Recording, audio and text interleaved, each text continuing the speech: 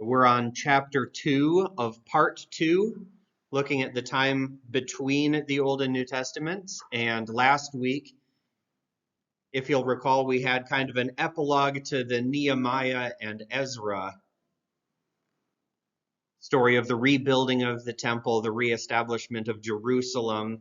We saw 2 other temples that were built around that time by groups that were less than orthodox in their worship of God.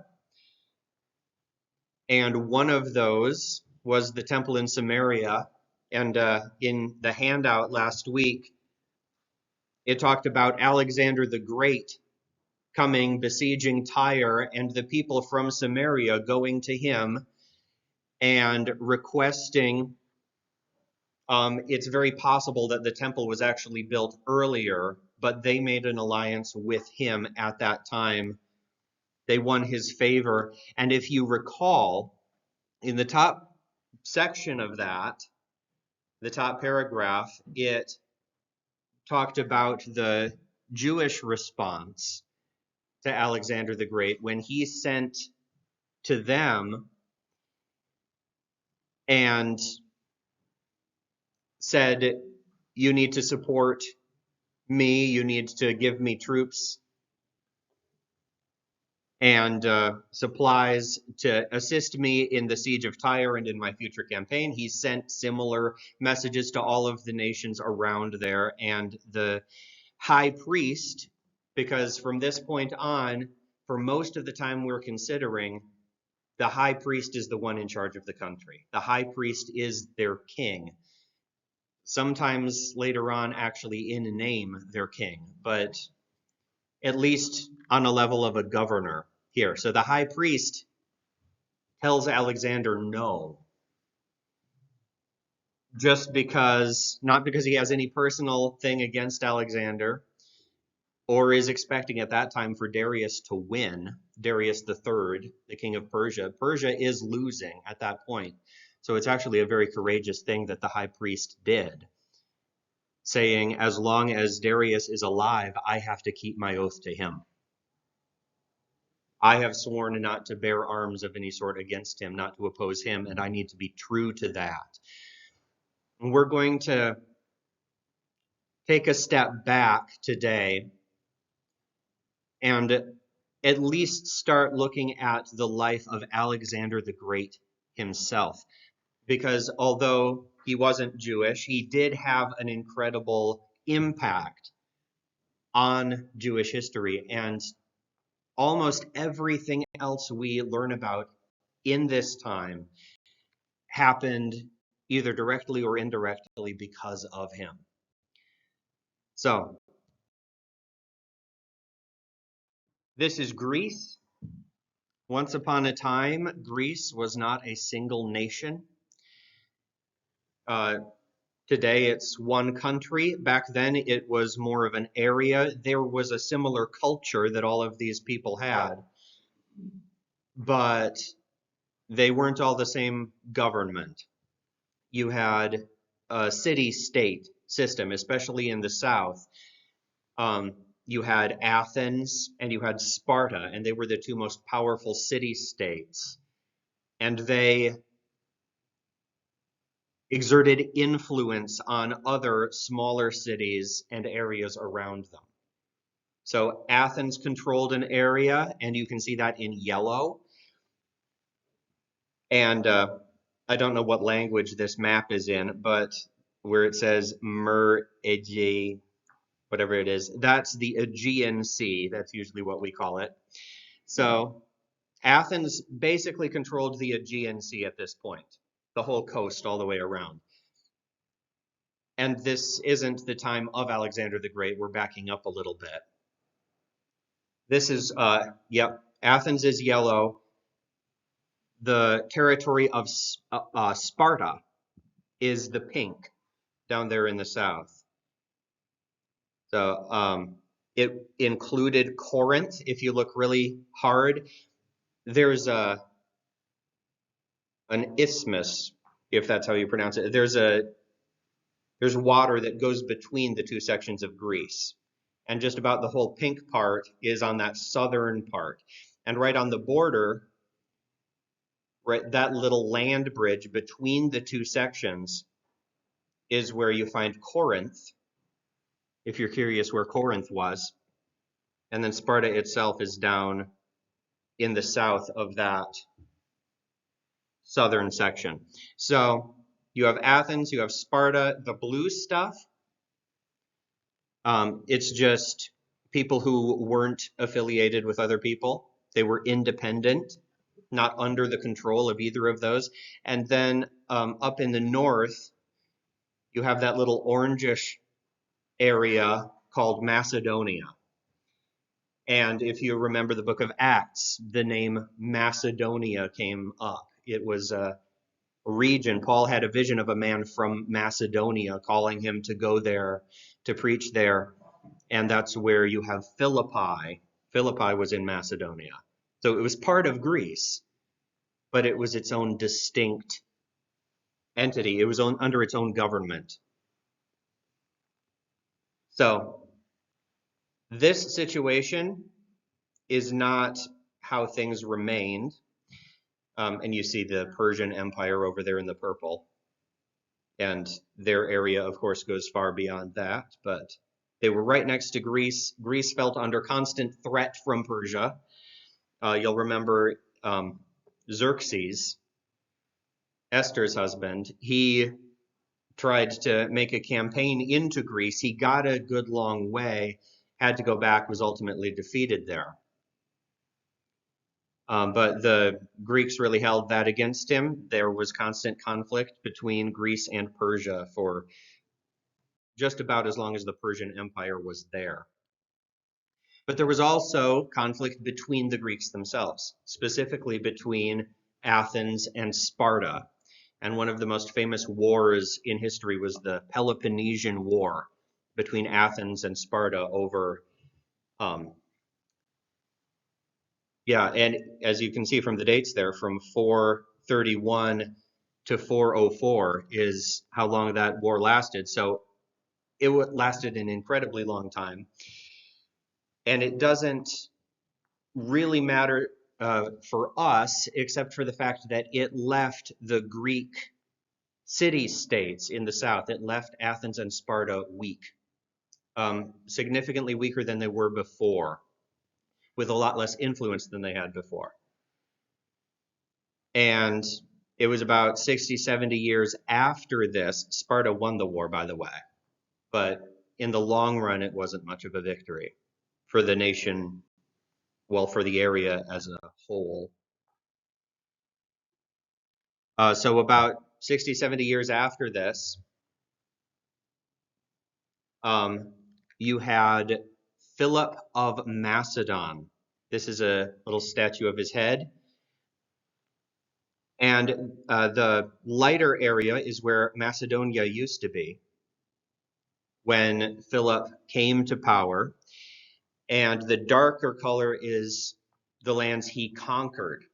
And he actually did more than this. He not only conquered these places, but he was able to strong arm the southern cities. Basically, everyone except Sparta was under his control, under his powerful influence.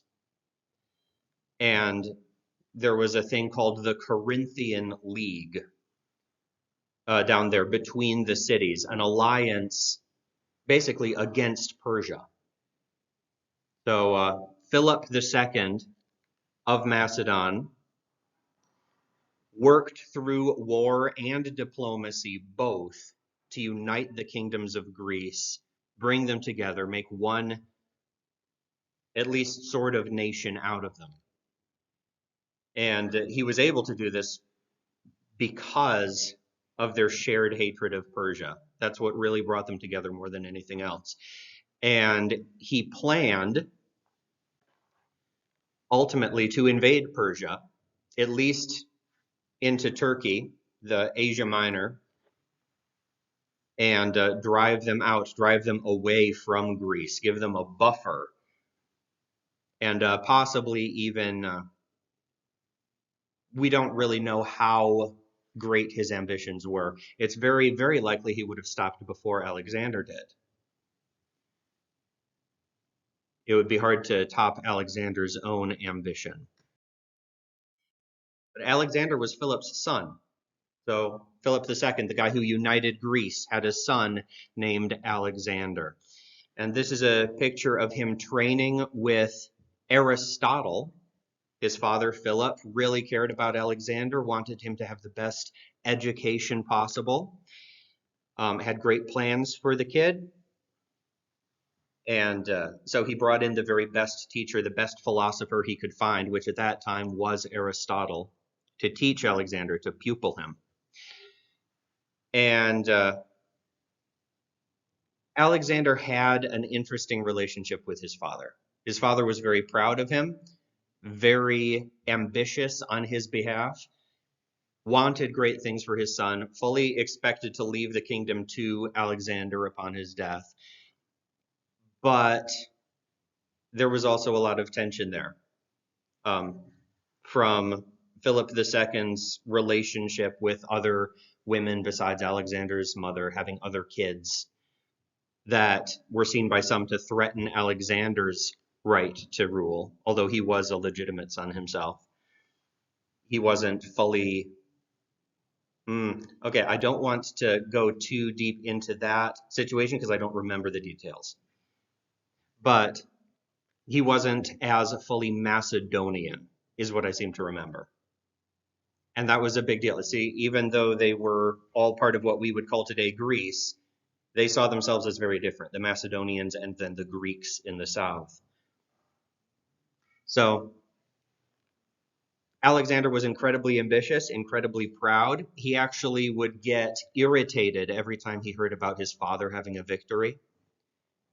Not because he wasn't in any way on his father's side, but because in his mind, the more honor that his father won, the less there would be left for him to do.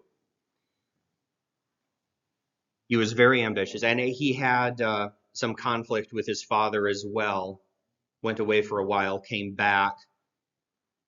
But yeah, it was always Philip's intention to have Alexander follow in his steps. And Alexander's reputation was his most prized possession. He had an incredibly high view of himself. There was a rumor that he did nothing to discourage, that he was actually the son of Zeus rather than Philip. That was also a bit of a sore spot between them. But it doesn't seem that he believed that himself, really, but he used that and let other people believe it, and certainly believed that he was destined for great things. He not only had a high view of himself, he had high standards for himself. And he trained rigorously, became as strong as he could, as wise as he could. He was asked once why he didn't participate in competitions. He was encouraged to in the way that his father did in athletic competitions because he was skilled in that way, and hunting competitions, things like that. And he told me, if you find me, he told them, if you find me kings to compete against, I will. He wasn't content with small victories, small honors. He truly saw himself as great. So in 336 BC, before he had been able to fulfill his plans of invading Persia, Philip of Macedon was assassinated. And it was at his daughter's wedding. One of his daughters was having a wedding celebration. There was a brief time when he was unprotected at that event, and one of his people that used to work for him came up, stabbed him, and ran away. And history has invented a lot of reasons trying to explain why. We really don't know. The most common understanding is that it had more to do with relationship drama than politics. This man really had no reason to, politically, no reason to assassinate Philip. There was sordid stuff that went on. And it was Greece. So One thing that it will be important to remember later, we don't know if this had anything to do with it, but homosexuality was incredibly accepted and incredibly normal in Greek culture. So when we find out that somebody, a higher up in Greek or Roman culture, found a person attractive, we shouldn't assume in any way that that person was female. Typically, if you had that much wealth and power, you spent a good amount of your free time experimenting with a variety of different things. But either way, however it came about, Philip was assassinated and the kingdom passed to Alexander, not right away. A lot of people, of course, what Philip set up, when you have the death of a ruler, there is going to be rebellion that happens. There's going to be resistance to a new ruler. And there was a bit of this. Alexander had to put down some brewing rebellion before he could fulfill his father's dream of marching into Persia, but it only took him a few years to do so. He was very forceful, very quick in dealing with those things. And before he left on his great campaign, he gave away almost everything he had in Macedonia to his friends. And when one of them objected and said, "What are you going to keep for yourself, giving all of this away?" And he said, "My hopes."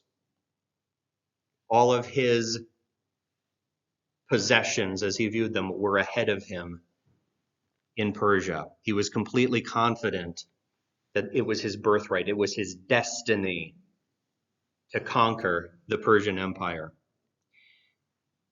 So he invaded Persia in 334 BC.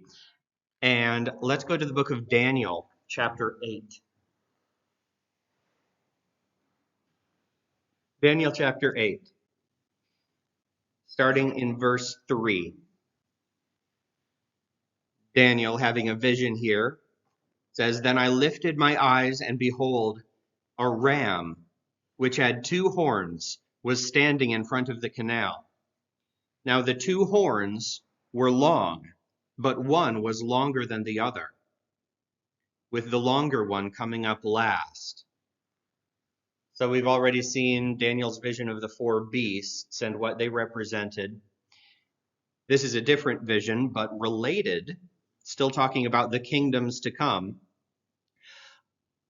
What do you think automatically about this ram? Does anybody want to try to identify it?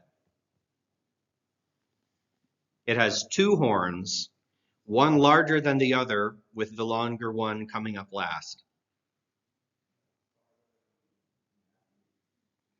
It could be. It could be. This is actually directly parallel to, and see, I know this because if you want to cheat and look down further in the chapter, it says exactly what it is, but it parallels something in the 4 beasts vision directly.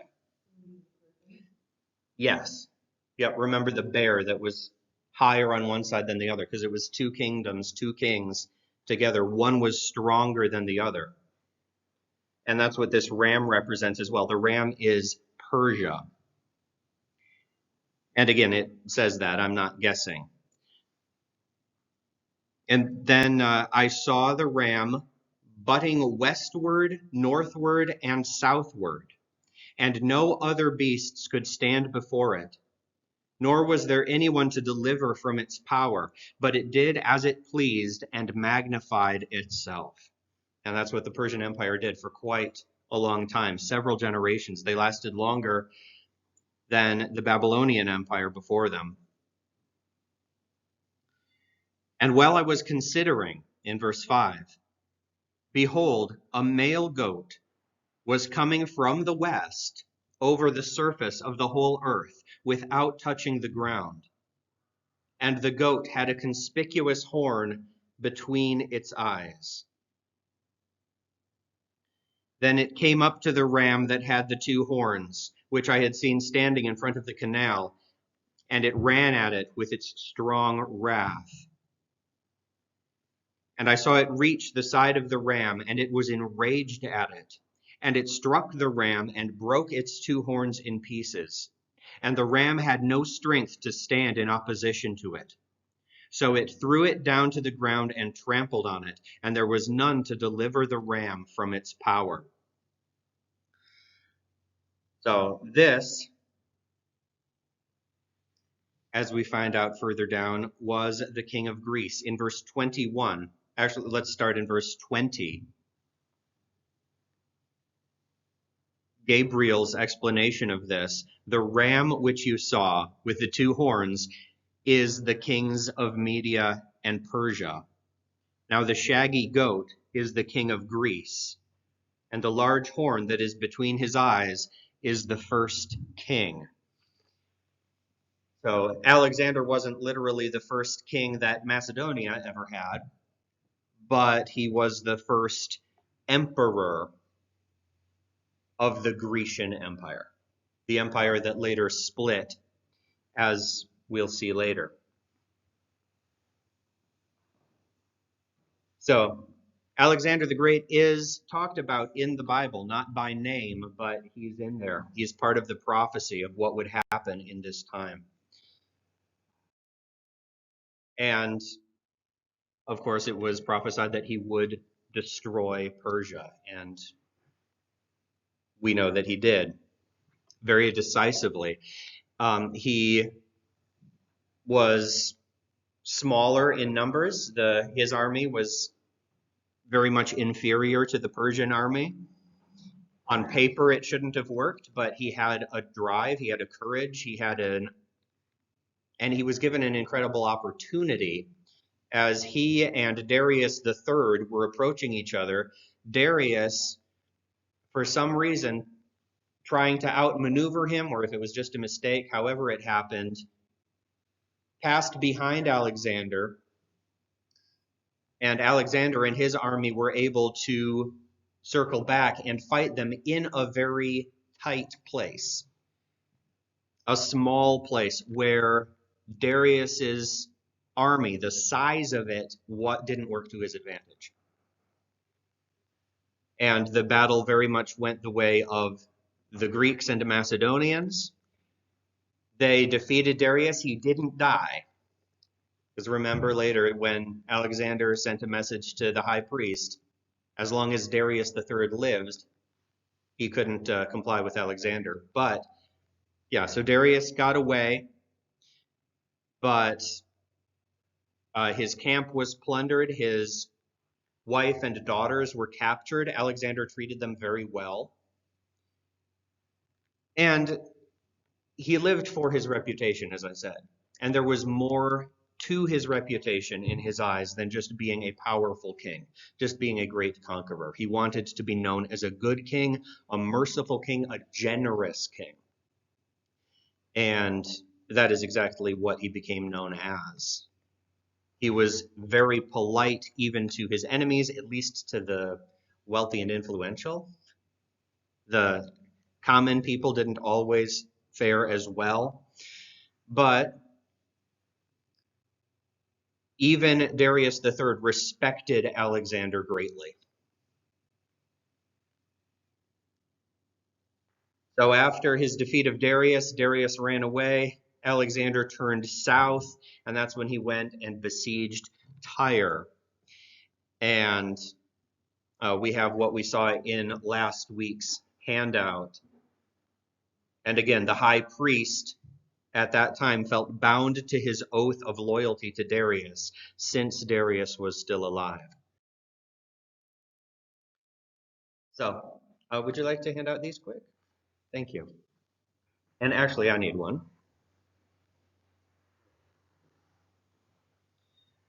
This is the next part immediately following what I gave you last week from Josephus, and it's a little bit of an old translation. So some of the language is old-ish, a little bit hard to read sometimes. But this picks up the story after Alexander had made that deal with the Samaritans and then finally defeated the city of Tyre.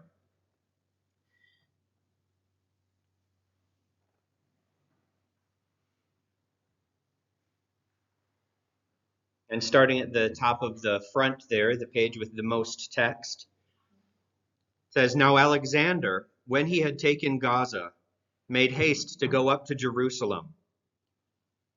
And Jaddua, the high priest, when he heard that, was in agony and under terror, as not knowing how he should meet the Macedonians, since the king was displeased at his foregoing disobedience.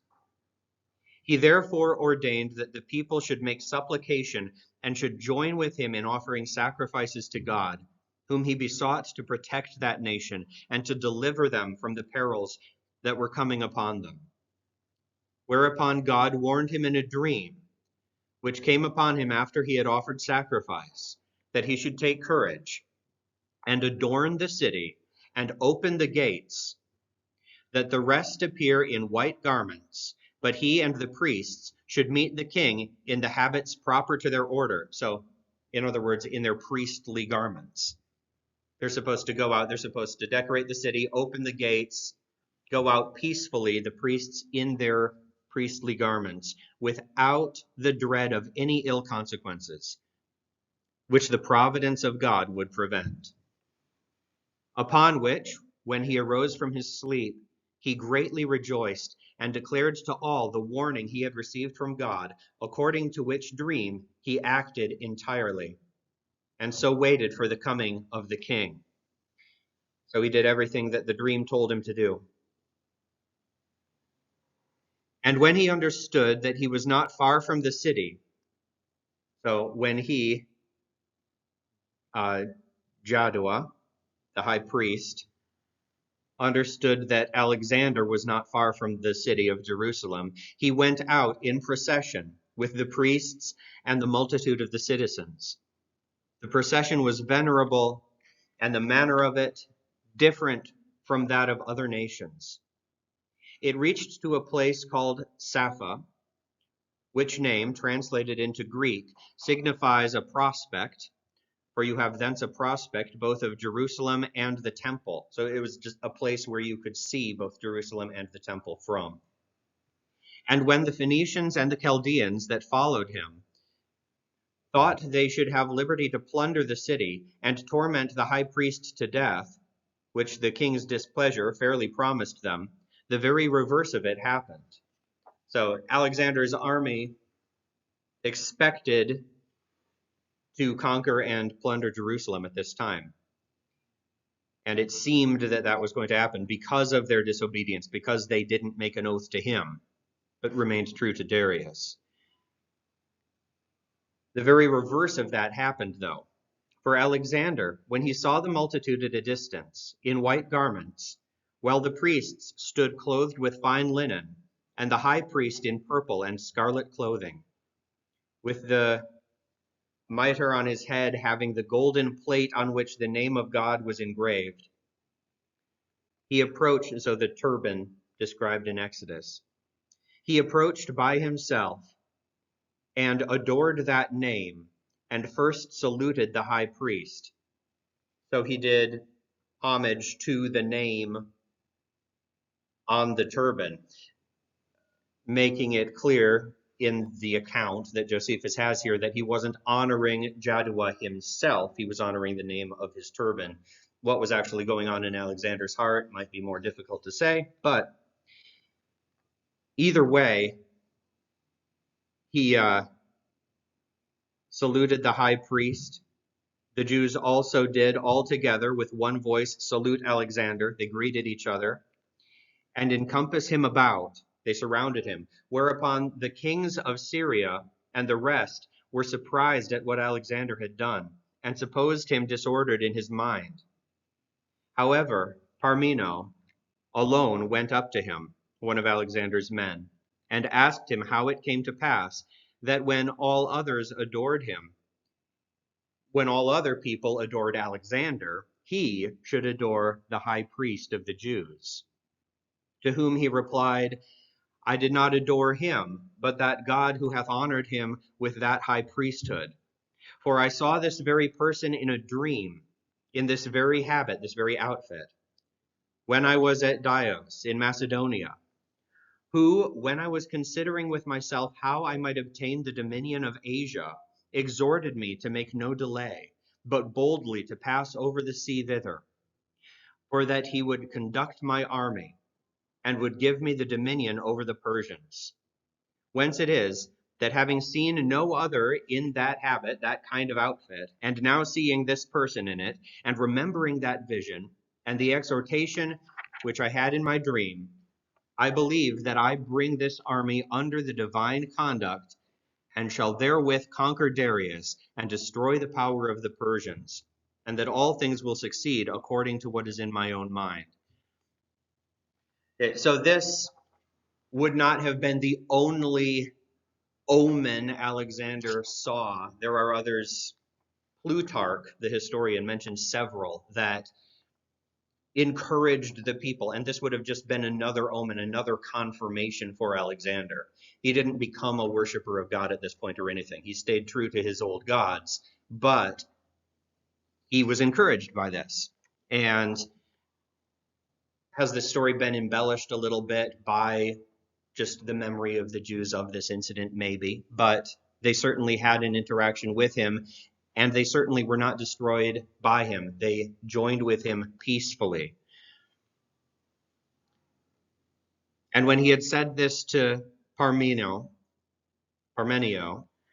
and had given the high priest his right hand, the priests ran along by him, and he came into the city, and he went up into the temple. He offered sacrifice to God according to the high priest's direction, and magnificently treated both the high priest and the priests. And this corresponds very well with what we know of Alexander's character. The people who approached him in peace, he treated very well. And again, he wanted more than to prove himself powerful. He wanted to prove his generosity, his mercy to those who submitted willingly to his rule.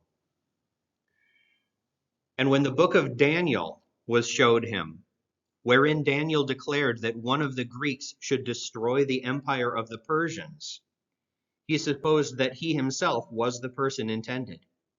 And as he was then glad, he dismissed the multitude for the present. But the next day he called them to him, and bade them ask what favors they pleased of him. Whereupon the high priest desired that they might enjoy the laws of their forefathers. This is what they asked for from Alexander, that they might enjoy the laws of their forefathers and might pay no tribute on the 7th year. He granted all they desired. And when they entreated him that he would permit the Jews in Babylon and Media to enjoy their own laws also, he willingly promised to do hereafter what they desired. And he asked if any of them wanted to join his army, and a lot of them did, basically, and he went with them on to conquer other lands.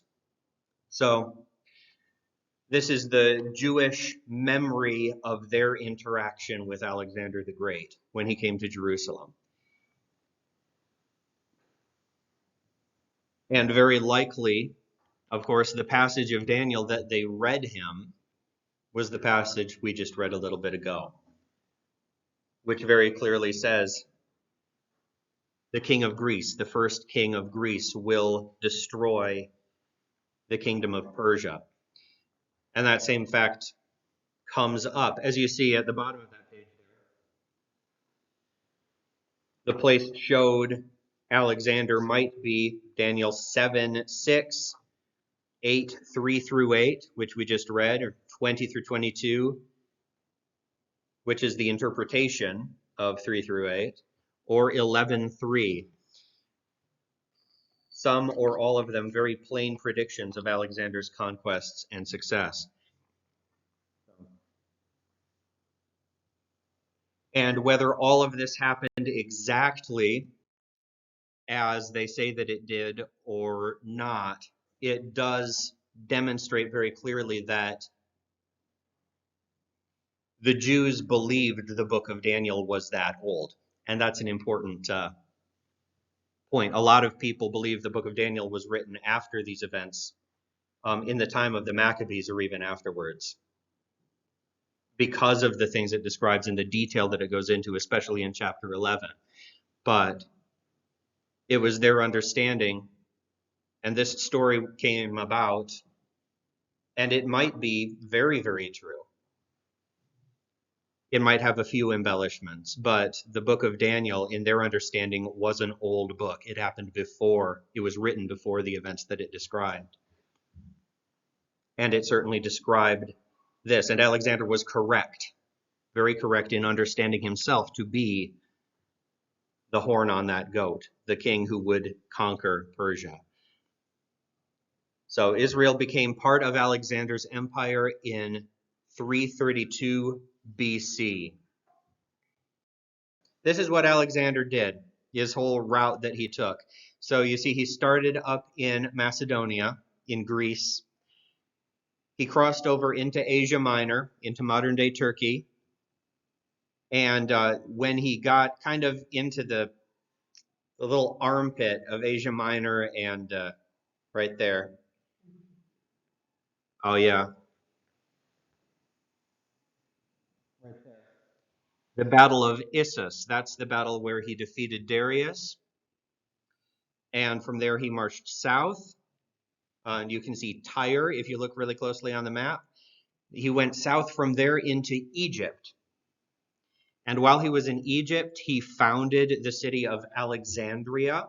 The reason it's called Alexandria is because he built it right on the seacoast, and it became, and still is, actually one of the biggest seaports on the Mediterranean Sea. And then he came back out of Egypt, went up over through the Middle East, through what was once Assyria to Babylon, the city of Babylon, captured that. And over the course of this time, Darius was finally defeated and killed, not by Alexander personally, but he died in a battle. Along the way, Alexander took over his entire empire and more. He continued east and made it all the way down to, he went north first, that upper line, and then he went down that river, the Indus River, right along the outskirts of India, and from there returned. He wasn't able to go past that point, mainly because of the morale of his men, and the discipline kind of fell apart. Near the beginning, it was different. They were excited. They were focused on what they were doing. As they got more successful, as they got richer, a lot of his men, a lot of his commanders began living very self-indulgent lifestyles, began scheming against each other, began wanting to go back and start enjoying the rest of their lives. They grew tired of the campaign long before Alexander himself did. And just due to that and sickness, and he wasn't able to go on and had to go back to Babylon. And while he was in Babylon, he came down with a violent fever that lasted several days and ultimately died when he was 32 years old in Babylon. And there were rumors that he was poisoned. Most of those came about long after his death because, I mean, it's possible. It's also very possible, though, that he worked incredibly, incredibly hard and got sick as a result, and this would not be the first time that happened, and possibly contracted something that his body was unfamiliar to, being in unfamiliar places, as happened with a lot of his men. And when we come back Next week, we'll talk about the aftermath of some of this, but we get a little glimpse of it in that final verse that we didn't read in Daniel chapter 8, verse 8. It says, "The male goat magnified itself exceedingly, but as soon as it was mighty, the large horn was broken. And in its place there came up 4 conspicuous horns toward the 4 winds of heaven." So Alexander died as soon as he was mighty, as soon as he had completed conquering what he was going to conquer. He died, and his empire was divided between his followers. But Alexander, his empire didn't last long, but he did change the shape of the world. He spread the Greek culture and language throughout the Near and Middle East. Alexander the Great is the reason the New Testament is written in Greek. And as I said before, almost everything else we'll learn over the course of this study happened because of him and because of the people who came into power as a result of his conquest. One of the greatest threats the people of God ever faced came about as a result as well. Any questions about all of that? Yes.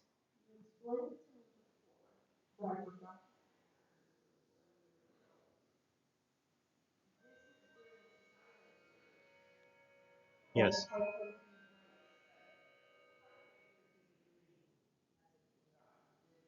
Hmm.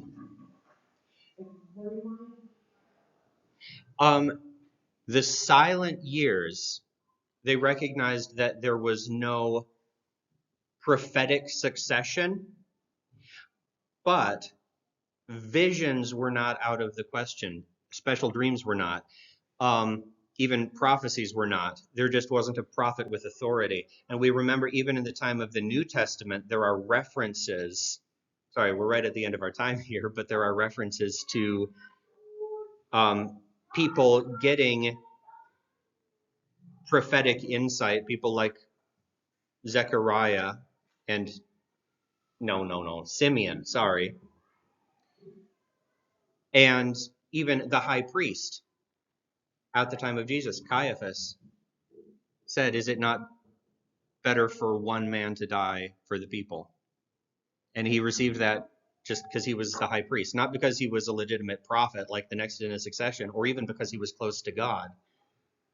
But the silent means that there was no authoritative prophet giving instructions from God to his people, writing scripture, any of that. But God himself was not silent in those time during that time.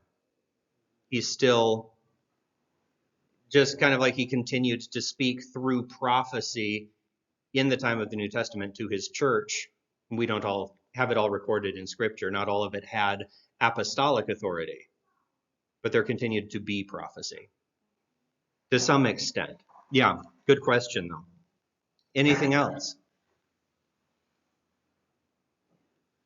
All right, let's go ahead and close because we are at the very end of our time. Father, thank you so much that we can depend on your word. Thank you for the examples of men who went before us, even men who didn't know you, sometimes put us to shame as far as their drive. I mean, the faith that Alexander had, that he would accomplish what he set out to do, that he had received signs from heaven indicating that he would.